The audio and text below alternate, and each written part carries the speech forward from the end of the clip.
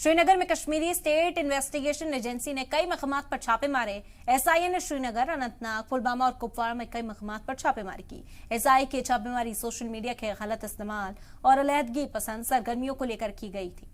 Police शिकायत में इस बात का जिक्र किया गया था कि कुछ लोग सोशल मीडिया का इस्तेमाल करके वादी में नफरत को बढ़ावा दे रहे हैं और अलहदगी पसंद ख्यालात को फरोग दे रहे हैं। एसआई के रेड का मकसद मुल्क मुखालिफ सरगर्मियों में शामिल लोगों का पर्दाफाश करना और उन्हें गैर कानूनी सरगर्मियों से रोकना था।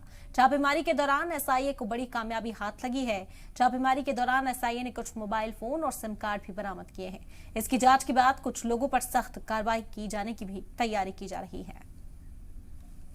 तो एसआईए की ओर से ये छापेमारी की गई। आपको बता दें कि मुल्क मुखालिफ सरगर्मियों का इल्जाम जिन लोगों पर था उन पर यह छापेमारी की गई थी और कई अहम दस्तावेज बरामद होने की बात भी इस वक्त सामने आई है। पुलिस में शिकायत की गई थी कि सोशल मीडिया का इस्तेमाल करते हुए मुल्क मुखालिफ सरगर्मियों को अंजाम दिया जा रहा है।